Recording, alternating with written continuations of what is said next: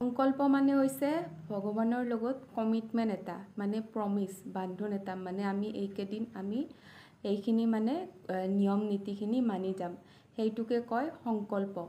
আৰু আমাৰ যিবোৰ মানে অসুবিধা আছে সেইবোৰ ভগৱানৰ ওচৰত এৰি দিয়া, সমৰ্পণ কৰাই হৈছে সংকল্পৰ মূল উদ্দেশ্য। আৰু সংকল্পটো শেষ কৰিবৰ কাৰণে আমি যোনদিনাখনৰ পৰা ধৰক সংকল্প ল'ম, ধৰক মংগলবাৰৰ পৰাও ল'ব পাৰোঁ, আমি শনিবাৰৰ পৰাও ল'ব পাৰোঁ, বা যিকোনো ভাল বাৰৰ পৰাও ল'ব পাৰোঁ যদি ইমাৰ্জেঞ্চি হয়। বাৰৰ পৰা লৈছোঁ আমি সংকল্পটো, তেতিয়া মংগল, বুধ, বৃহস্পতি, শুক্ৰ, শনি, ৰবি, সোম, এই 7 দিন আমি মানে সংকল্পৰ ব্ৰতত থাকিব লাগিব। এইটো কোৱা নাই যে আপোনালোকে ফাষ্টিঙত থাকিব লাগিব, আপোনালোকে খাব পাৰে, কিন্তু নন ভেজ মানে কমপ্লিটলি খাব নালাগিব। আৰু আমাৰ সংকল্পটো শেষ হ'ব 7 দিনৰ পিছত, মানে মংগলবাৰে ল'লে আমাৰ সোমবাৰে ধৰক শেষ হ'ল, আৰু আমি সোমবাৰে একেখিনি বস্তুকেই কৰিব লাগিব। যোনখিনি ধৰক ৰাম নাম কৰোঁ, চাকি ধূপখিনি জ্বলাই ৰাম নাম কৰি হনুমান চালিচাখন পঢ়োঁ, তাৰপিছত আকৌ ৰাম নাম জপ কৰোঁ বা ৰাম নাম গাওঁ আমি। আৰু সেইদিনাখন মানে হনুমান দাদাক ক'ব লাগিব যে মই আজিৰ পৰা মানে সংকল্পটো শেষ কৰিলোঁ, আৰু বাকী মানে আপোনাৰ ওচৰতে এৰি দিছোঁ, বাকী আপুনি যি কৰে নিশ্চয় মোৰ ভালৰ কাৰণেই কৰিব, তেনেকৈ বুলি ভগৱানৰ ওচৰত সমৰ্পণ কৰি দিব লাগিব। কলপাত পাতি যদি কৰে বা আমৰ যদি পাত দি ঘট পাতিও কৰে, তেতিয়া মানে পিছদিনাখনে আমি বস্তুবোৰ উঠাম।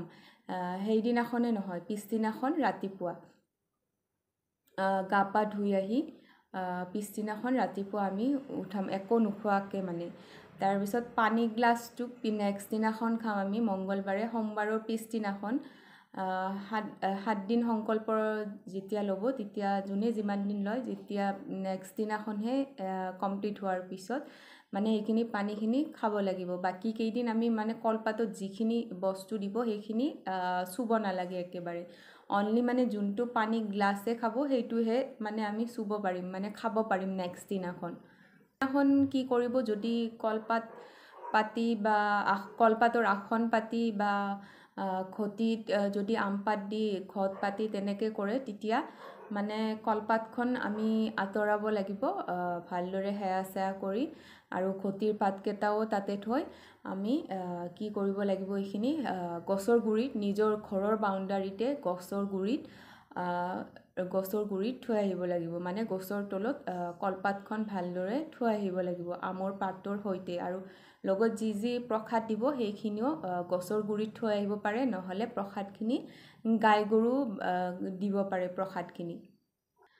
আৰু আসনখনত যি পইচা দিয়ে সেইটো পইচা ঘৰৰ মন্দিৰতো থ'ব পাৰে, নহ'লে ওচৰত যদি হনুমান মন্দিৰ আছে তেতিয়াও দান পাত্ৰত তাত দি আহিব পাৰে, নহ'লে পণ্ডিতজনকো, তাত যি পুৰোহিতজন থাকিব তেওঁকো দি আহিব পাৰে। কলপাতখন আমৰ পাতৰ সৈতে গছৰ গুৰিত থোৱাৰ পিছত এতিয়া আহিল আমাৰ ঘটিৰ পানীখিনি কি কৰিম। সংকল্প লোৱা যোনখিনি ঘটিৰ পানীখিনি, যোনখিনি পানী আমি হাতত লৈ সংকল্প লওঁ, সেইখিনি পানী আমি কি কৰিম, সেইখিনি পানী আচলতে আমাৰ ঘৰত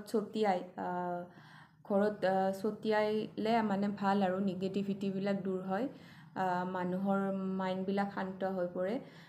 এইখিনি পানীখিনি ছটিয়াই গছৰ গুৰিত দিব পাৰে, নহ'লে সেইখিনি পানী ষ্ট'ৰ কৰি ৰাখিব পাৰে কিবা কণ্টেইনাৰ এটাত বা বটল এটাত, ভালদৰে ষ্ট'ৰ কৰিও ৰাখিব পাৰে।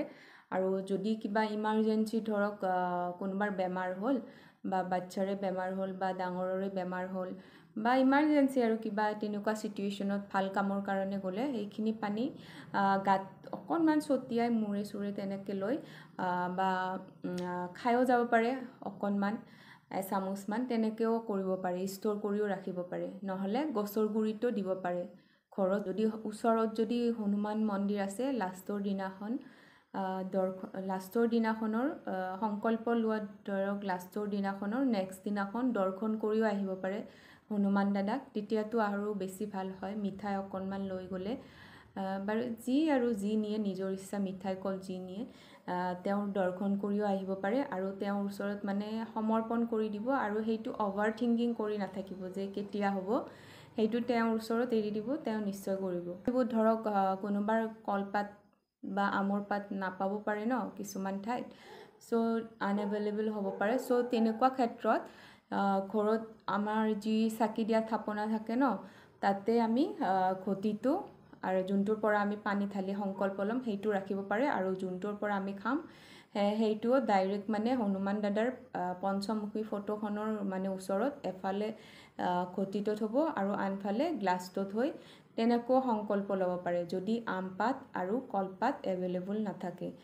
আৰু যদি ৰঙা কাপোৰ ঘৰৰ মন্দিৰত পাতি বা বেলেগকৈ এক্সট্ৰাকৈ থাপনা পাতি বেলেগ পীৰা বা টুল এখন লৈ সেইখন ইউজ কৰা হ'ব নালাগিব, আৰু বহি চহি সেইখনত বহা হ'ব নালাগিব, আৰু সেইখন টুল বা পীৰাখন সেইখনতো ৰঙা কাপোৰ পাৰি হনুমান দাদাৰ পঞ্চমুখী ফটোখন থৈও তেনেকৈও কৰিব পাৰে, সংকল্প ল'ব পাৰে। যোনে তেনেকৈ কৰিব কলপাত বা আমৰ পাত নোহোৱাকৈ, তেতিয়া ঘটিটো নুচুব সেই যোনকেইটা দিন সংকল্প লয়, গ্লাছটোৰ পানীটো নেক্সট ডে ৰাতিপুৱা গ্ৰহণ কৰিব। আৰু একে নিয়ম আগৰ নিচিনাকৈ সংকল্পৰ লাষ্টৰ দিনা ভালদৰে চাকি ধূপ দি হনুমান চালিচাখন পঢ়িব, ৰাম নাম গাব। তাৰে নেক্সট দিনাখনে মানে পানী গিলাচ খাব, আৰু যোনটো ঘটিৰ পানীটো সেইটো ঘৰত ছটিয়াই আৰু ষ্ট'ৰ কৰিও ৰাখিব পাৰে, আৰু গছৰ গুৰিতো দিব পাৰে সেইটো পানী। ধৰক ঘৰত সংকল্প লোৱা মানে ধৰক পৰিৱেশ নাই বা ঘৰত ল'ব অকণমান ধৰক লাজ লাগে মা দেউতাহঁতৰ ওচৰত বা তেনেকুৱা আনইজি ফিল হয়, তেতিয়া আপোনালোকে যদি হনুমান মন্দিৰ ঘৰৰ ওচৰে পাজৰে আছে তেতিয়া মন্দিৰত গৈও সংকল্প ল'ব পাৰে। মন্দিৰত গৈ সংকল্প কেনেকৈ ল'ব? মন্দিৰত গৈ সংকল্প মানে হনুমান দাদাটো থাকিবই, তেওঁৰ মূৰ্তিটো থাকিব, তেওঁৰ মানে ভালদৰে চাকি ধূপ জ্বলাই তেওঁৰ ওচৰত মানে প্ৰাৰ্থনা জনাব যে আজিৰ পৰা মই হনুমান চালিচা 7 দিন 21 দিন 11 দিন যোনে যিমান দিনৰ কাৰণে সংকল্প লয় কৈ পেলাই তেওঁৰ ক'ব যে মই আজিৰ পৰা আপোনাৰ মানে ইয়াতে মন্দিৰতে আহি মই মানে হনুমান চালিচা ৰাম নাম জাপ কৰিম, হনুমান চালিচাখন পঢ়ি মানে মই সংকল্প ল'ম।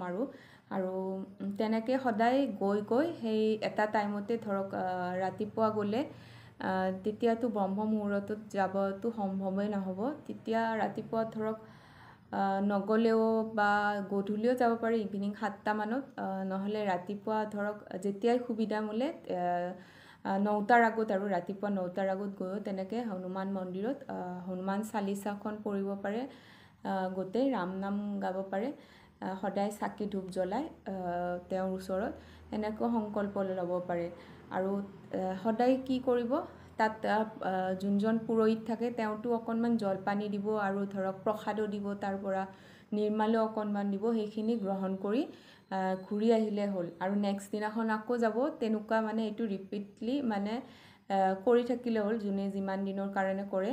আৰু লাষ্টৰ দিনাখন যোনদিনাখন ধৰক 7 দিনৰ কাৰণে মই ধৰি লৈছোঁ, 7 দিনৰ কাৰণে ধৰক কৰিলে, তেতিয়া মানে কি কৰিব 7 দিনৰ দিনাখন ধুনীয়াকৈ পঢ়ি মেলি চাকি ধূপ জ্বলাই পঢ়ি মেলি পানী চানী খাই উঠি তেতিয়া মানে তেওঁৰ সেইদিনাখন মিঠাইও অকণমান লৈ যাব বা কিবা কল চল যি আৰু সুবিধা মিলে আপোনালোকৰ সেইখিনি লৈ গৈ দাদাৰ ওচৰত সেৱা কৰিলে হ'ল যে মোৰ আজিৰ পৰা মানে সংকল্পটো সমৰ্পণ কৰিলোঁ, ইয়াতে সমৰ্পণ কৰিলোঁ, মই ইমান দিনৰ কাৰণে কৰিছোঁ, বাকীখিনি মানে আপোনাৰ ওচৰত এৰি দিছোঁ, মই চাৰেণ্ডাৰ কৰি দিছোঁ, বাকী আপুনি যি কৰে মানে আপুনি মোৰ ভালৰ কাৰণে কৰিব, তেনেকৈ বুলি মানে ক'লে হ'ল।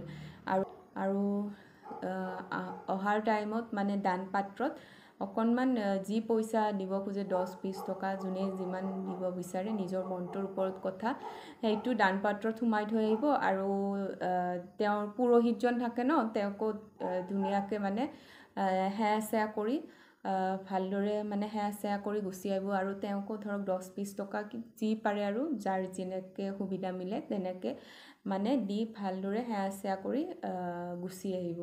মই এই 3টা নিয়ম শ্বেয়াৰ কৰিলোঁ, যোনে কলপাত বা আমৰ পাত লৈ কৰিব, আৰু যোন পাত যাৰ ওচৰত কলপাত বা আম পাত এভেইলেবল নাথাকে তেওঁলোকে তেনেকৈ কৰিব পাৰে। ছেকেণ্ড ক'লোৱে মই আৰু থাৰ্ডটো আৰু যোনে ঘৰত ধৰক অকণমান আনইজি ফিল হয় তেওঁলোকে মন্দিৰত গৈও তেনেকৈ সমৰ্পণ বা সংকল্পটো ল'ব বিচাৰে সেয়ে আৰু সমাপ্তটো বেছি ইমান মানে হেৰি নহয় আৰু নিজৰ মনটোৰ ওপৰত কথা নিজৰ ভক্তিভাৱটো দিব সেইটোৱে মেইন আৰু মইতো আগৰ ভিডিঅ'ত কৈছোঁৱে আপোনাৰ সংকল্প লোৱা ইমান ইজি নহয় আপোনাক ভগৱানে প্ৰত্যেকটো মুহূৰ্ততে মানে পৰীক্ষা ল'ব যোনখিনি নিয়ম কৈছিলোঁ আগৰ ভিডিঅ'টোত সেইটো পালন কৰিব আৰু সমৰ্পণটো মানে সমাপ্তটো এনেকৈ কৰিব ভালদৰে আৰু সেইটো ভাবি নাথাকিব যে কেতিয়া হ'ব মোৰ এইটো কামটো বাছ তেওঁৰ ওচৰত এৰি দিব তেওঁ নিশ্চয় আপোনাৰ মানে এইটো সমাধান কৰিব